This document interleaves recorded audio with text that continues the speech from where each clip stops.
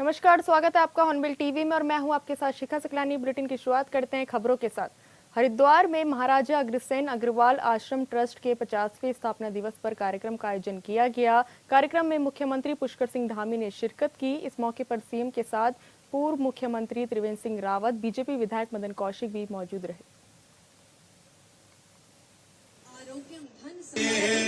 देवभूमि उत्तराखंड के बारे में जरूर जानते हैं, माँ गंगा के बारे में जानते हैं, हमारे सभी देवी देवताओं के स्थानों के बारे में जानते हैं और वर्ष भर कोई ना कोई कार्यक्रम उनका होता है। इसलिए हमने राज्य में जो भी हम निर्णय लेते हैं वो सारे निर्णय आप सबकी जानकारी में भी आते हैं। बहुत सारे निर्णय हमने लिए हैं, ऐतिहासिक निर्णय लिए हैं जो पहले के समय में दूसरी सरकारों के द्वारा, भाजपा की सरकारों के पहले, जिनको ठंडे बस्ते में डाल दिया गया था, ऐसे निर्णय भी हमने लिए हैं। और आप सब इस विचार को पोषित करने में, आगे बढ़ाने में आप सबका बड़ा योगदान है। इसलिए मुझे आप सबके मध्य में कहते हुए खुशी हो रही है कि पूरे देश के अंदर जो हमारी विचारधारा का एक प्रमुख काम था शुरू से, देश की आजादी के बाद से, कि देश में रहने वाले सभी लोगों के लिए एक समान कानून लागू होना चाहिए। तो एक समान कानून लागू करने का काम सबसे पहले कहीं हुआ है तो देवभूमि उत्तराखंड में हो गया है। इसी वर्ष 27 जनवरी 2025 से समान नागरिक संहिता प्रदेश में लागू हो गई है। हमने प्रदेश के अंदर देश का सबसे सख्त नकल विरोधी कानून बनाया है। पहले के समय में लगातार पेपर लीक के कारण से, नकल के कारण से ऐसे होनहार, प्रतिभावान, गरीब माता पिता के बेटे बेटियां जो लगातार अपनी तैयारियां करते थे, उनका मनोबल टूटता था। जब परीक्षा का परिणाम आता था तो उनका चयन में कहीं स्थान नहीं आता था। तो मुझे आप सबको बताते हुए खुशी है कि ये नकल का कानून लाने के बाद 22,000 से ज्यादा नियुक्तियां अभी तक हमने संपन्न कर ली हैं और एक मामले में भी कहीं नकल का मामला नहीं आया है। कोई मामला विवादित नहीं हुआ है, कोई न्यायालय में नहीं गया है। भाइयों बहनों, हमारी सरकार द्वारा क्योंकि देवभूमि उत्तराखंड पूरी देश दुनिया के अंदर आस्था और श्रद्धा के लिए जानी जाती है, तो यहां का मूल अस्तित्व बना रहे, उसके साथ कोई छेड़छाड़ न हो, यहां की डेमोग्राफी, यहां के सांस्कृतिक मूल्य, उसको सुरक्षित करने के लिए भी हम पूरी तरह से संकल्पबद्ध होकर काम कर रहे हैं। इसी संकल्प के साथ हमने प्रदेश में लैंड जिहाद के खिलाफ, लव जिहाद के खिलाफ और थूक जिहाद जैसी जो घृणित मानसिकता है उसके खिलाफ कठोर कार्रवाई सुनिश्चित की है। साथ ही हमने प्रदेश में एक सख्त धर्मांतरण कानून भी लागू किया है। भाइयों बहनों, हमारी सरकार हरिद्वार के विकास के प्रति भी पूर्ण प्रतिबद्धता के साथ निरंतर कार्य कर रही है।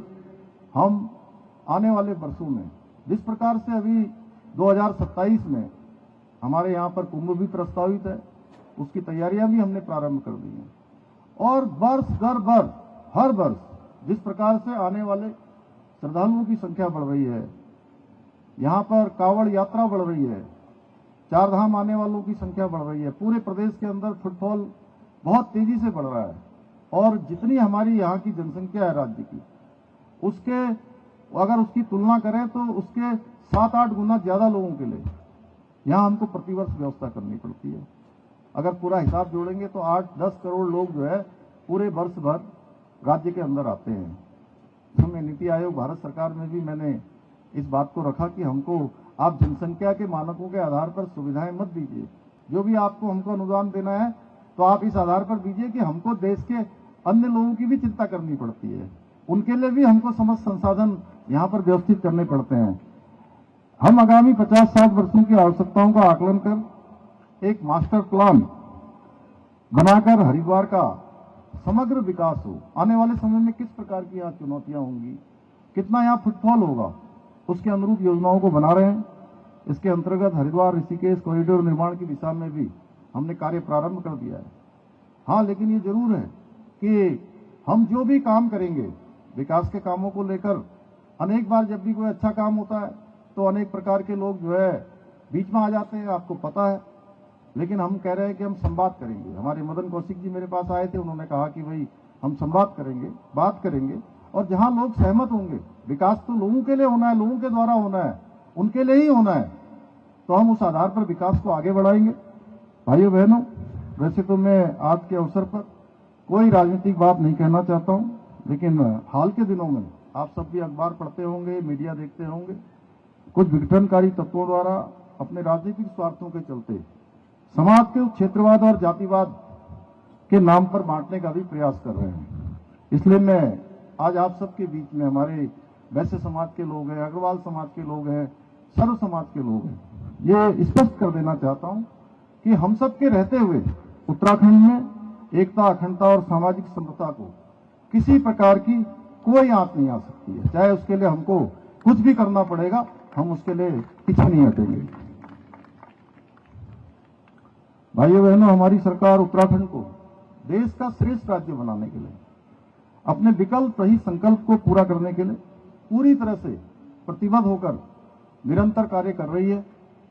और आदरणीय प्रधानमंत्री जी ने बाबा केदार के धाम से पहली बार 5 नवंबर 2021 को उनके मुख से एक लोकार्पण के बाद एक सभा में, छोटी सभा थी, उस सभा में उनके मुख से ये शब्द निकले थे कि 21वीं सदी का तीसरा दशक उत्तराखंड का दशक होगा।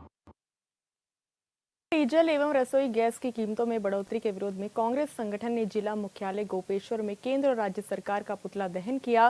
सरकार के खिलाफ नारेबाजी करते हुए आंदोलनकारियों ने कहा कि वर्तमान में डीजल और पेट्रोल की कीमत आसमान छू रही है, ऐसे में आमजन को आर्थिकी का संकट बढ़ता जा रहा है।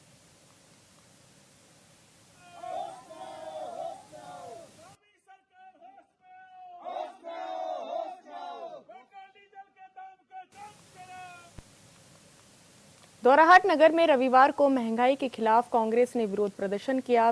कांग्रेस कार्यकर्ताओं ने जिलाध्यक्ष दीपक केरोला के नेतृत्व में पुतला दहन कार्यक्रम किया। गैस, पेट्रोल और डीजल के बढ़ते दामों के विरोध में पुतला दहन किया गया। पुतला दहन से पूर्व बीजेपी के विरोध में, केंद्र सरकार के विरोध में खूब नारे भी लगाए गए।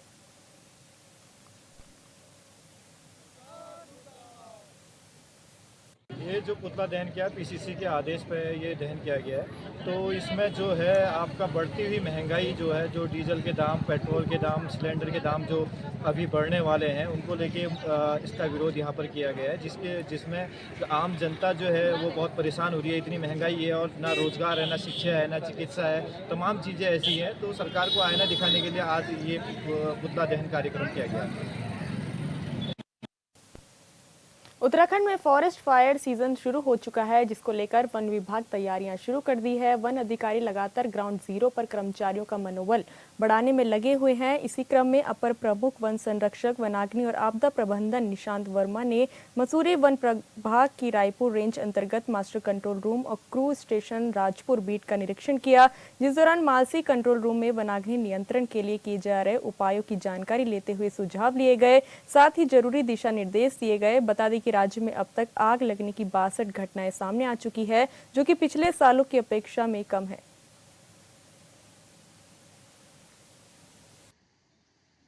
साल जो है विभाग दो चीज़ों पे एफर्ट कर रहा है कि एक तो हम लोग ने इस बार एक मोबाइल ऐप भी बनाया है, forest fire reporting mobile app बनाया है। पहले ये एक ही वन प्रभाग में संचालित था, रुद्रप्रयाग में, लेकिन अब इसे सारे जितने भी हमारे 41 डिविजन्स हैं उसमें क्रियान्वित किया गया है। तो उसका सबसे ज़्यादा फ़ायदा ये हो रहा है कि जो भी सेटेलाइट से हमें अलर्ट्स मिलते हैं एफएसआई के माध्यम से, वो सीधा इस अलर्ट में प्रदर्शित हो रहे हैं। पहले हम लोग क्या करते थे कि एसएमएस आता था, एसएमएस में ऑलरेडी टाइम लैग होता था, लेकिन अब सीधे जो है जो भी, और इसमें हमारे 7,500 से ज़्यादा सब्सक्राइबर्स जो हैं जुड़ गए हैं। उसमें ना केवल विभागीय कर्मचारी हैं, बल्कि विभागीय कर्मचारी के साथ सरपंचों को भी जोड़ा है, वॉलंटियर्स, हंस फाउंडेशन के वॉलंटियर्स भी इससे जुड़े हैं और भी वॉलंटियर्स इससे जुड़े हैं। तो आइडिया ये है बेसिकली कि जब भी कोई अलर्ट आता है वो सीधे के सीधे जो है उस मोबाइल फ़ोन में जाए, ताकि उस कर्मचारी को पता हो कि उसके कार्य क्षेत्र में कौन सी अलर्ट मिला है और उस पर उसे कार्रवाई करनी है। और इसी प्रकार से रिपोर्टिंग और उसकी फीडबैक भी जो है वो ऐप के माध्यम से हो रही है। तो इस बार हम लोगों ने टेक्नोलॉजी को यूज़ करने का काम किया एक तो, और दूसरा एक काम ये किया है कि किस तरह से हम लोग जो है जन सहभागिता को और बढ़ा सकते हैं, इस पे काम किया।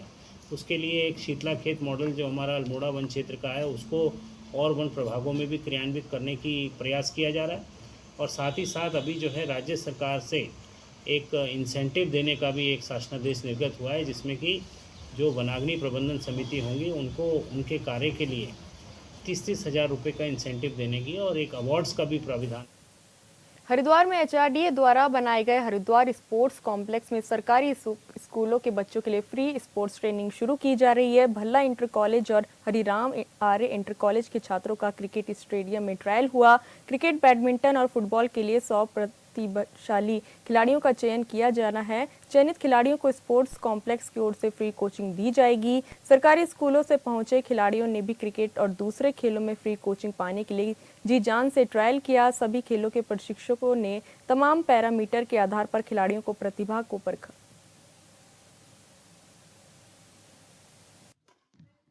सर, मेरा नाम अभिमन्यु सिंह है। मैं डॉक्टर हमारे इंटर कॉलेज में पढ़ता हूँ, क्लास 10th में। क्रिकेट मेरा मनपसंद गेम है। मैं पहले 6 साल का था तब से खेल रहा हूँ, पसंद भी है मुझे, बहुत अच्छा लगता है क्रिकेट खेलना। और क्या बोलते हैं, अभी मैं ट्रायल देने आया। हो सकता है मैं ज़्यादा से ज़्यादा कोशिश करूँगा कि अच्छा ट्रायल दूँ, जिससे मैं आगे और खेल सकूँ बढ़िया, जिससे उत्तराखंड का नाम रोशन कर सकूँ। मैं क्रिकेट खेलता हूँ, बैट्समैन। आगे चल के उन्हें बहुत फ़ायदा हो सकता है। मतलब जैसे अब यहाँ कोई बढ़िया खेलता है, मतलब बैट्समैन या बॉलर जो बढ़िया खेलता है, और फिर आगे अच्छा सीख सकता है। हाँ, ये अच्छा सीख सकता है, ट्रेनिंग कर सकता है। कई बार फायदा होगा। हमारे यहाँ से बहुत फ़ायदा होता है। अगर यहाँ बढ़िया खेलते हैं तो फ्री में उसके होती है, निःशुल्क। अच्छा, अगर वैसे कोई अफोर्ड नहीं करता है। अगर कोई ट्रेनिंग लेना चाहता है तो हर कोई अफोर्ड नहीं करता है। हमारे स्कूल यहाँ की ट्रेनिंग लेता है तो कोई बढ़िया प्रदर्शन करता है तो अफोर्ड कर सकते हैं फ्री में। देखिए, अभी हमने पास में 2 सरकारी स्कूल से बच्चे लेकर आए हैं, तो यहाँ हम लोग ट्रायल ये कर रहे हैं कि 100% स्कॉलरशिप हम प्रोवाइड करा रहे हैं जो हमारे गवर्नमेंट स्कूल्स में इकोनॉमिकली वीकर सेक्शन से बच्चे हैं, ताकि वो कोचेज़ के साथ साथ जो हमारी फैसिलिटी है उसको यूज़ कर पाएँ। देखिए, आज तो हमने स्कूलों से मांगा था, जो बच्चे इंटरेस्टेड हैं, जिनके पेरेंट्स इंटरेस्टेड हैं, उनको इन्वाइट करा गया है। तो आप देख सकते हैं 25 से 30 बच्चे अभी यहाँ क्रिकेट के लिए हैं। ऐसे ही बाकी स्पोर्ट्स के भी ट्रायल चल रहे हैं, तो वो उधर बाकी स्पोर्ट्स में होंगे। तो क्राइटेरिया तो यहाँ जो कोचेज़ हैं वो सेलेक्ट करेंगे। फिर अभी उनमें से हमारा टारगेट ये है कि by the end of this year at least 100 बच्चे हो जाने चाहिए सभी स्पोर्ट्स में, जो हम स्कॉलरशिप बेसिस पे यहाँ हम दे रहे हैं। तो क्या ये हमारा यही है कि जो सरकार का मेन काम रहता है कि हमारी जो फैसिलिटी है वो सब तक पहुँचे। It should not be going to the only public जो सिर्फ पे कर सकती है, बल्कि जो पे नहीं कर सकती और जिनमें प्रतिभा है उन तक भी पहुँचे। तो हल्द्वानी के बनबुलपुरा क्षेत्र में प्रशासन की ओर से अवैध मदरसों के खिलाफ की गई कार्रवाई में एक बार फिर शिक्षा संस्थानों की पारदर्शिता और वैधता पर सवाल खड़े हो गए। मुख्यमंत्री पुष्कर सिंह धामी के निर्देश पर की जा रही ये कार्रवाई केवल एक क्षेत्र तक सीमित नहीं है, बल्कि पूरे उत्तराखंड में अवैध रूप से संचालित मदरसों पर शिकंजा कसने की शुरुआत है। शिक्षा किसी भी समाज की रीढ़ होती है, लेकिन जब इसकी आड़ में बिना वैध दस्तावेज और अनुमति के संस्थान चलाए जाएं, तो वे न केवल कानून का उल्लंघन है, बल्कि बच्चों के भविष्य के साथ भी खिलवाड़ है। हल्द्वानी के 18 मदरसों की जाँच की जाएगी, जिसके मानक पूरे होंगे वही संचालन किए जाएंगे।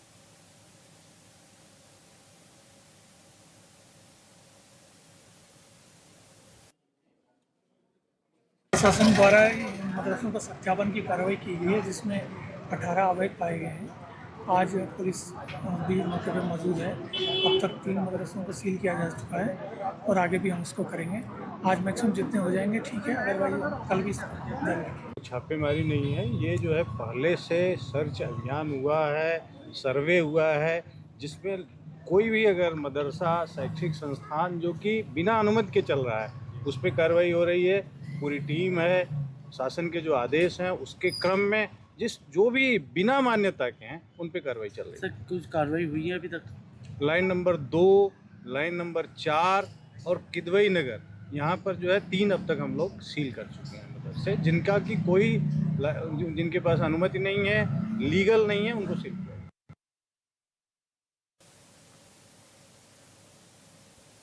8 मार्च से शुरू हुई केदारनाथ यात्रा की हेली सेवा की बुकिंग में साइबर ठग की सक्रियता को देखते हुए एसटीएफ भी एक्शन मोड में है। एसटीएफ की टीम ने फर्जी हेली बुकिंग की वेबसाइटों को ब्लॉक करने की प्रक्रिया भी शुरू कर दी है। ऐसे में एसएसपी एसटीएफ नवनीत सिंह भुल्लन ने कहा कि एसटीएफ की टीम लगातार फर्जी वेबसाइट की निगरानी कर रही है। साथ ही कार्रवाई करते हुए अब तक 76 फर्जी वेबसाइट को बंद किया जा चुका है।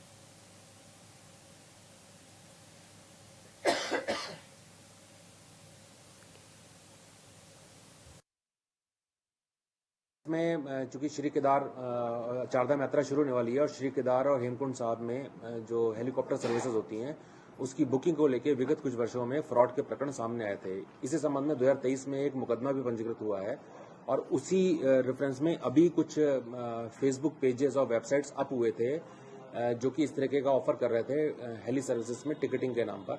तो इसमें एक FIR आज जो है वो रजिस्टर कर दी गई है और इसके अलावा 2 जो है पेजेस कल डाउन हो गए हैं। 18 पेजेस की रिक्वेस्ट भेजी गई है I4C MHA को, वो भी आज डाउन हो जाएंगे। इसके अतिरिक्त जो हमारी जो ऑफिशियल वेबसाइट्स है, क्योंकि जो हेली सर्विसेज का जो टिकटिंग सिस्टम है वो IRCTC के पास है और इसकी जो वेबसाइट है heliyatra.irctc.co.in, ये ऑथेंटिक वेबसाइट है। आपके माध्यम से मैं यही श्रद्धालुओं से अनुरोध करूंगा कि कभी भी टिकट बुक करवाते हैं श्री केदार यात्रा के लिए तो इस वेबसाइट के माध्यम से ही करवाएं। गदरपुर के स्कैनिया स्टेडियम में नेशनल ओपन चैंपियनशिप में फुटबॉल और बैडमिंटन में पहला स्थान हासिल करने वाले युवाओं को सम्मानित किया गया। इस मौके पर ग्राम प्रधान संजय चौधरी ने कहा कि आज उन युवाओं का स्वागत किया गया है जो नशे से दूर रहकर खेलों और शिक्षा पर ध्यान देते हैं। ग्राम प्रधान ने गदरपुर विधायक अरविंद पांडे का आभार व्यक्त किया। उन्होंने कहा कि विधायक ने जो खेल महाकुंभ का पौधा लगाया था वे आज फल दे रहा है। इन युवाओं ने क्षेत्र का नाम रोशन किया है जिसके लिए उन्होंने विधायक का आभार व्यक्त किया।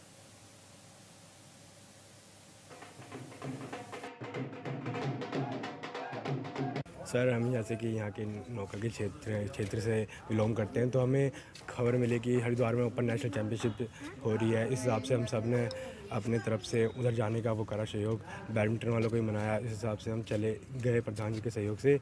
जाने के बाद वहाँ पे हमने मैच करे, काफ़ी अच्छा अनुभव रहा। उसके बाद हमने मैच जीता, फर्स्ट आए, सेमीफाइनल हो गए, फाइनल खेला, उसके बाद फर्स्ट ट्रॉफी उठाई। फिर बैडमिंटन वालों ने काफ़ी अच्छा प्रदर्शन करा, वो फर्स्ट सेकंड सब कुछ आए हमारे यहाँ के क्षेत्र। हमारे यहाँ से जैसे कि हम शुरुआत में जब बिगनर्स थे तो हम खेल महाकुंभ में पार्टिसिपेट करते थे जिससे हम आगे खेलना सीखे। हमारे अरविंद पांडे जी ने काफ़ी सहयोग करा, हमें खेलने की प्रतिष्ठा दी। इस हिसाब से हम आज इस मुकाम पर हैं। सबसे पहले तो मैं सभी देशवासियों को आज बहुत शुभ दिन है।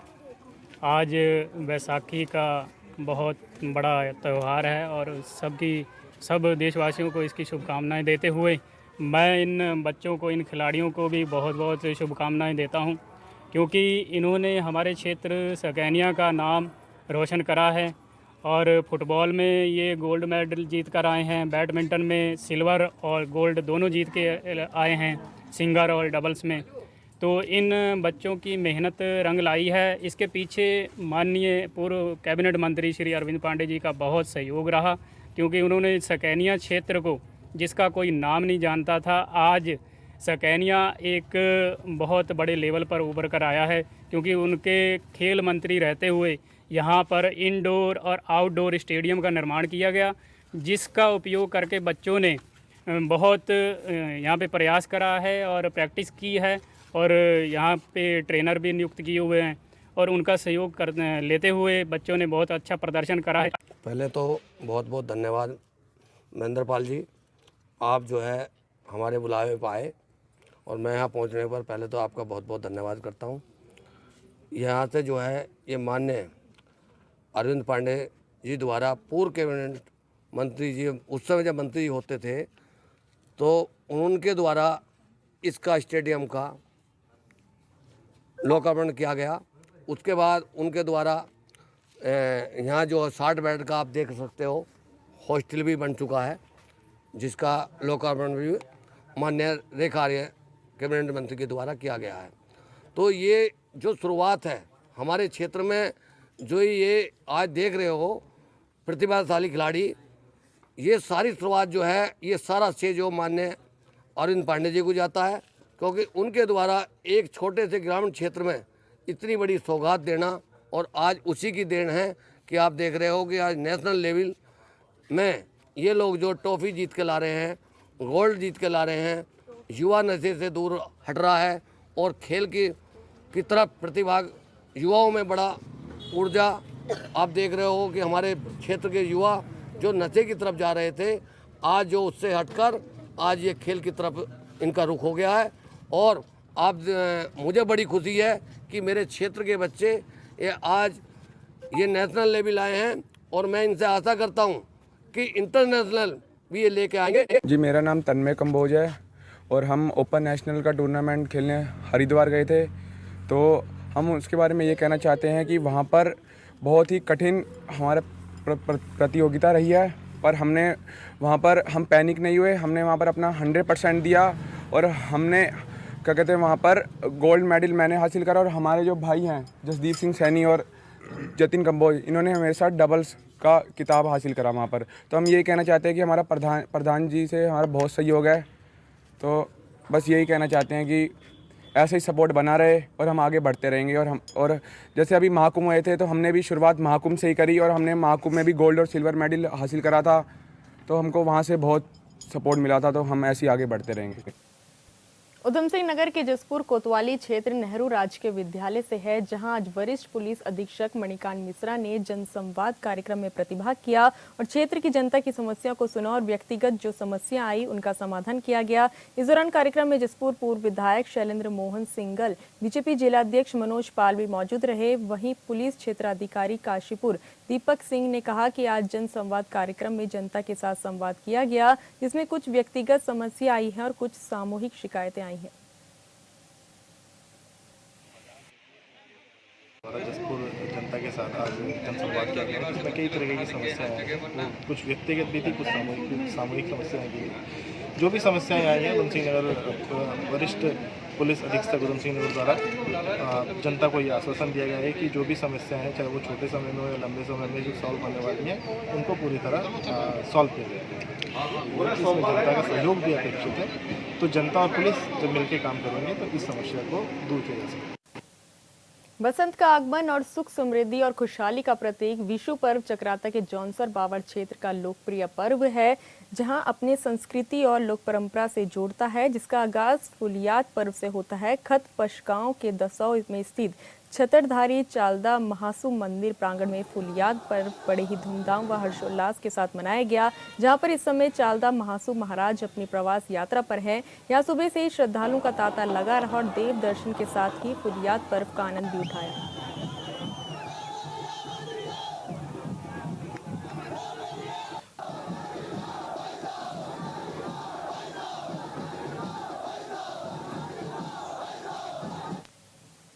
फिलहाल इस बुलेटिन में इतना ही। आप देखते रहिए हॉर्नबिल टीवी। नमस्कार।